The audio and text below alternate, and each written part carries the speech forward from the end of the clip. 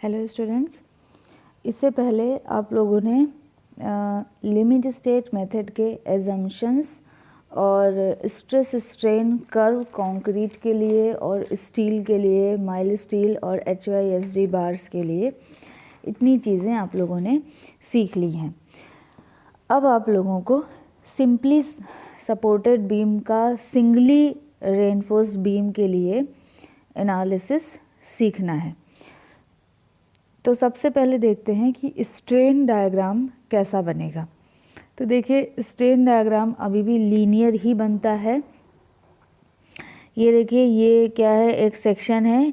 इसका जो विड्थ है वो क्या है, वो B है। इसकी जो टोटल डेप्थ है वो कैपिटल D है और जो इफेक्टिव डेप्थ है वो आपकी स्मॉल d है। जो रेनफोर्समेंट है टेंशन साइड में, चूँकि सिंगली है तो उस रेनफोर्समेंट को हमने AST से रिप्रेजेंट किया है। और ये क्या है, ये इसका न्यूट्रल एक्सिस है और न्यूट्रल एक्सिस की जो डेप्थ, जो कंप्रेशन साइड में एक्सट्रीम फाइबर से जो डिस्टेंस है उसको हमने XU से रिप्रेजेंट किया है यहाँ पर। अब इसमें जो स्ट्रेन डायग्राम है वो देखिए ऐसा है। इसमें है क्या कि न्यूट्रल एक्सिस पर स्ट्रेन कितना है 0 और न्यूट्रल एक्सिस से ऊपर और नीचे लीनियरी वेरिएट कर रहा है। अब चूँकि एक एजम्पशन है जो आपको पता है कि कंक्रीट में एक्सट्रीम फाइबर पर जो मैक्सिमम स्ट्रेन हो सकती है वो कितनी हो सकती है, 0.0035 हो सकती है। तो इस अजम्पशन को ध्यान में रखते हुए एक्सट्रीम फाइबर पर 0.0035 स्ट्रेन देखे यहाँ पर हमने रख दी। अब ये चूँकि न्यूट्रल एक्सिस पे 0 होना है तो इसको ट्रायंगल को आगे बढ़ाते हैं। तो ये जो स्ट्रेन आपको मिलता है, इस स्ट्रेन का जो वैल्यू है वो 0.87 of Fy divide by ES plus 0.002 minimum इतना होना चाहिए। इससे ज़्यादा भी हो सकता है, ठीक। तो अब इसमें बात क्या आती है, ये तो चीज़ें इतनी बातों से सिर्फ दो ही चीज़ें ध्यान में रखेंगे तो हमारा स्ट्रेस डायग्राम जो है वो बन जाएगा। लेकिन हमने यहाँ पर एक एक्स्ट्रा ये 0.002 वाला भी जो स्ट्रेन का ये जो 0.002 वाला जो स्पेस है उसको भी हमने रिप्रेजेंट किया है। उसका रीज़न क्या है, देखिए अभी आप लोगों ने जो stress strain diagram of concrete देखा था उसमें आपने ये देखा था कि 0 से लेकर 0.002 तक जो कंक्रीट का जो स्ट्रेस स्ट्रेन डायग्राम बनता है वो एक पैराबोलिक वे में होता है। इसके बाद 0.002 के से लेकर 0.0035 तक वो एक स्ट्रेट लाइन को रिप्रेजेंट करता है। तो मतलब 0.002 तक का जो स्पेस है उसको हमें हाईलाइट करना होगा, क्योंकि वहाँ तक जो स्ट्रेस डायग्राम कंक्रीट का बनेगा वो पैराबोलिक बनेगा और उसके बाद जो डायग्राम बनेगा वो एक स्ट्रेट लाइन को रिप्रेजेंट करेगा, ठीक है। तो इसी ट्रायंगल में चूँकि 0 से लेकर 0035 0 यहाँ पर होगा, यहाँ पर 0.0035, तो इसका जो लोकेशन है वो डिसाइड है, ये एक ट्रायंगल को फॉलो कर रहा है। तो इस ट्रायंगल में ये 0.002 वाली लोकेशन कहाँ पर होगी हमें ये आइडेंटिफाई करना होगा। तो मान लेते हैं हम कि न्यूट्रल एक्सिस से, ये देखिए न्यूट्रल एक्सिस की जो डेप्थ है वो एक्सट्रीम फाइबर से कितनी डेप्थ पर है, XU डिस्टेंस डेप्थ पर है। तो हम ये मान लेते हैं कि एक्सट्रीम फाइबर से XU1 डेप्थ पर ये जो लोकेशन है ये पड़ती है। अब यही लोकेशन न्यूट्रल एक्सिस से XU2 डिस्टेंस पर है। अब हमारा जो फोकस है वो XU1 और XU2 की वैल्यूज़ को आइडेंटिफाई करना, मतलब XU1 और XU2 की वैल्यूज़ को आइडेंटिफाई करना होगा। तो देखिए हमने अगर ध्यान देंगे तो देखिए XU equal to XU1 plus XU2 एक इक्वेशन हमें मिल गया। दूसरा हम ट्रायंगल रूल से निकाल सकते हैं। और ट्रायंगल रूल क्या है कि देखिए ये वैल्यू हमें पता है और ये टोटल XU हमें पता है, ये वैल्यू हमें पता है, तो ये हम XU2 निकाल सकते हैं। जैसे कि कैसे कर सकते हैं, 0.0035 divide by XU equal to 0.002 divide by XU2। तो यही चीज़ हमने देखिए यहाँ पर किया है। और इससे देखिए XU2 की वैल्यू जो है हमें क्या मिली, 0.002 डिवाइड बाई, इधर चला जाएगा तो 0.0035 मल्टीप्लाइड बाई XU। अब इसको सॉल्व करेंगे तो वैल्यू हमें क्या मिलेगा, XU2 का वैल्यू हमें मिलेगा 4/7 ऑफ XU। अब चूँकि XU equal to XU1 plus XU2 है तो XU1 इक्वल टू हो जाएगा XU minus XU2, XU minus 4/7 of XU मतलब 3/7 ऑफ XU।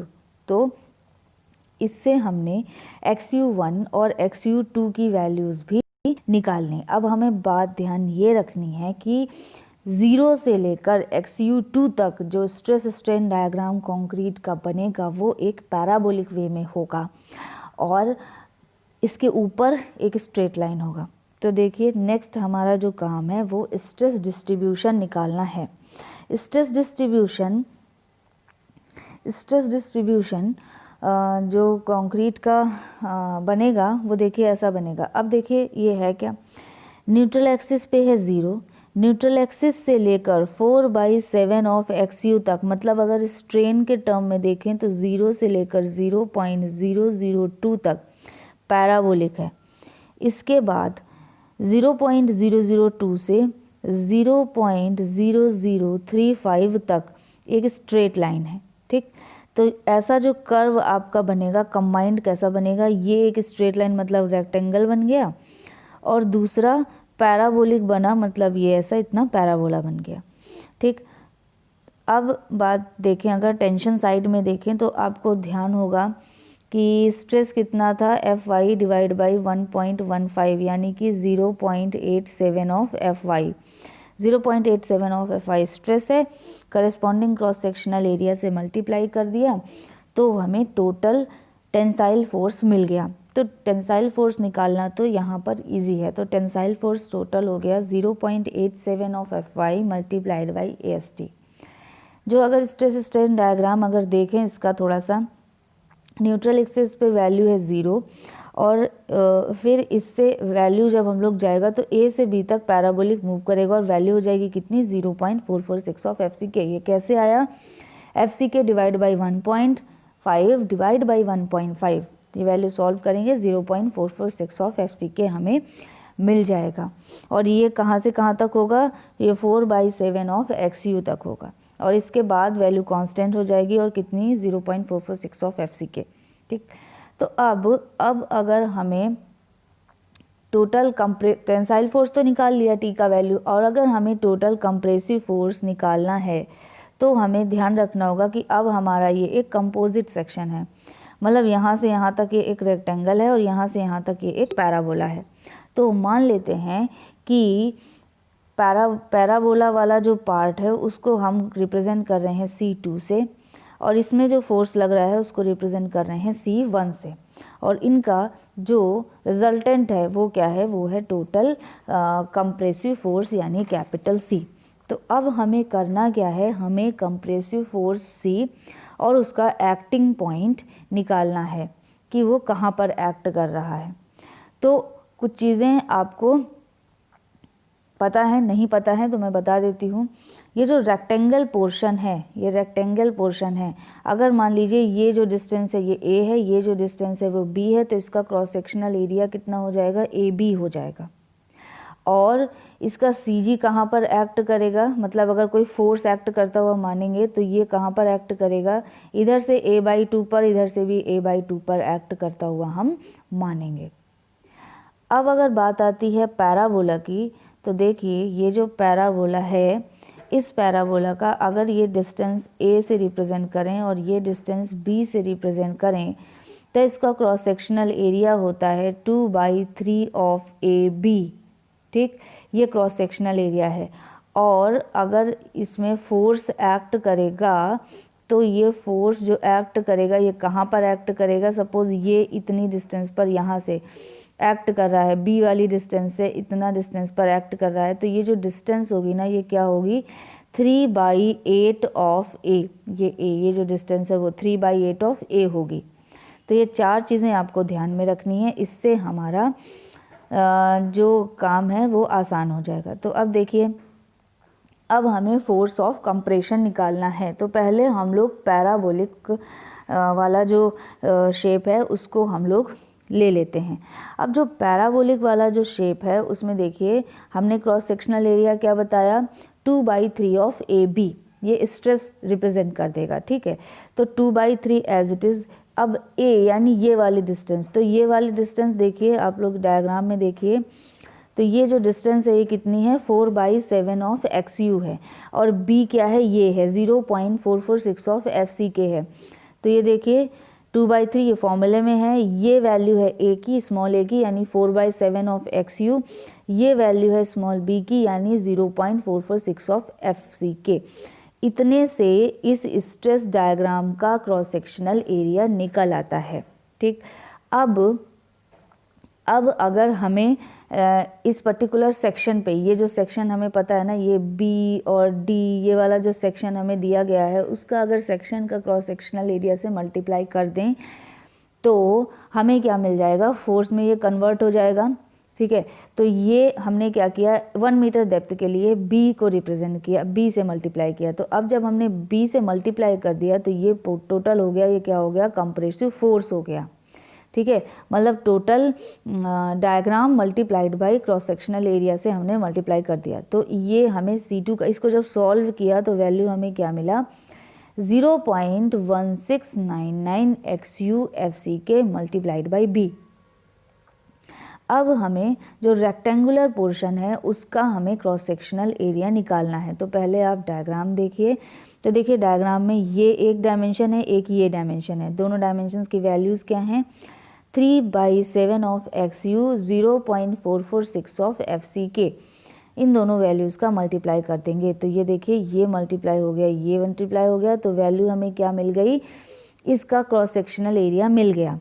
अब अगर हम इसमें विथ का मल्टीप्लाई कर दें तो ये कन्वर्ट हो गया किसमें, करस्पॉन्डिंग फोर्स में कन्वर्ट हो गया। सॉल्व करने पर वैल्यू हमें कितनी मिली 0.1911 XU FCK multiplied by B।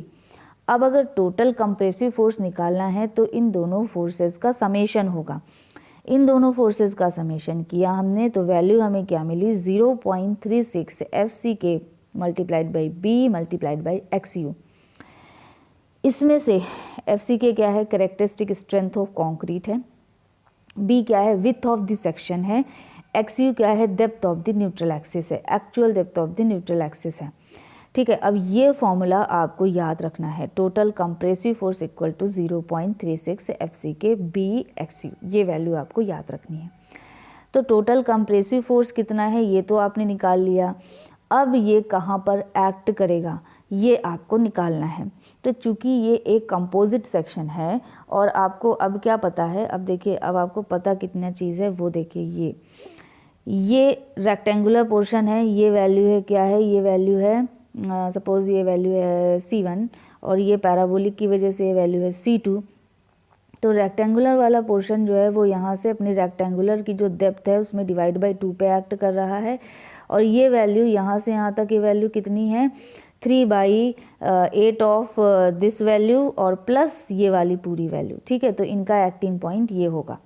तो अब हम लोग करेंगे क्या कि मान लेते हैं कि ये जो टोटल फोर्स कंप्रेसिव फोर्स है वो C से रिप्रेजेंट, कैपिटल C से रिप्रेजेंट किया जा रहा है, और एक्सट्रीम फाइबर से उसकी जो डिस्टेंस है वो क्या है स्मॉल a है, एक्सट्रीम फाइबर से उसकी जो डिस्टेंस है वो स्मॉल a है, मतलब अभी हमें स्मॉल a का वैल्यू निकालना है।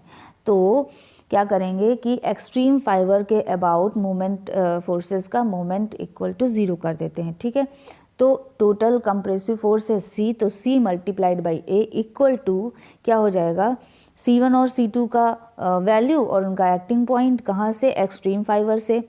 तो C1 क्या है, रेक्टेंगुलर पोर्शन की वजह से लगने वाला फोर्स है, मल्टीप्लाइड बाई इसका एक्टिंग पॉइंट, तो चूँकि इसका एक्सट्रीम फाइबर से जो टोटल डेप्थ है वो XU1 है, तो डिवाइड बाई 2 पे एक्ट करेगा, तो value this value plus C2 parabolic portion की वजह से। अब पैराबोलिक पोर्शन, सिर्फ पैराबोलिक पोर्शन का जो एक्टिव पॉइंट अगर आप लें तो 3.8 ऑफ XU2 है, और ये इसके ऊपर क्या है XU1 भी है, तो एक्सट्रीम फाइबर से डिस्टेंस प्लस कर देंगे। अब हम इनकी वैल्यूज़ रख देते हैं, C1 की वैल्यू रख दी, C2 की वैल्यू रख दी, XU1 की वैल्यू रख दी। XU1 की वैल्यू कितनी है 3/7 ऑफ XU है, और इधर भी XU1 की वैल्यू रख दी 3/7 ऑफ XU है। XU2 की वैल्यू रख दी 4/7 ऑफ XU।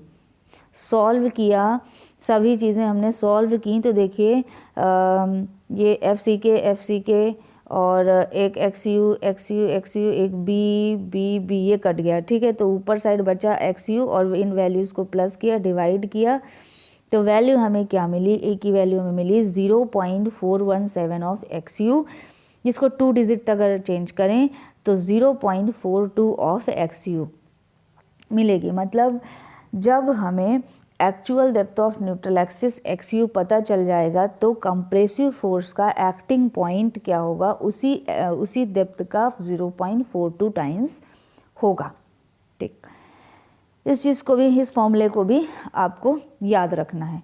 तो ये देखिए जो वैल्यूज़ अभी तक हमने कैलकुलेट की हैं वो याद रखने वाली जो वैल्यूज़ हैं वो एक जगह फिर से लिख दी गई हैं कि कंप्रेसिव फोर्स टोटल होगा 0.36 FCKB into XU, tensile force होगा 0.87 FYAST।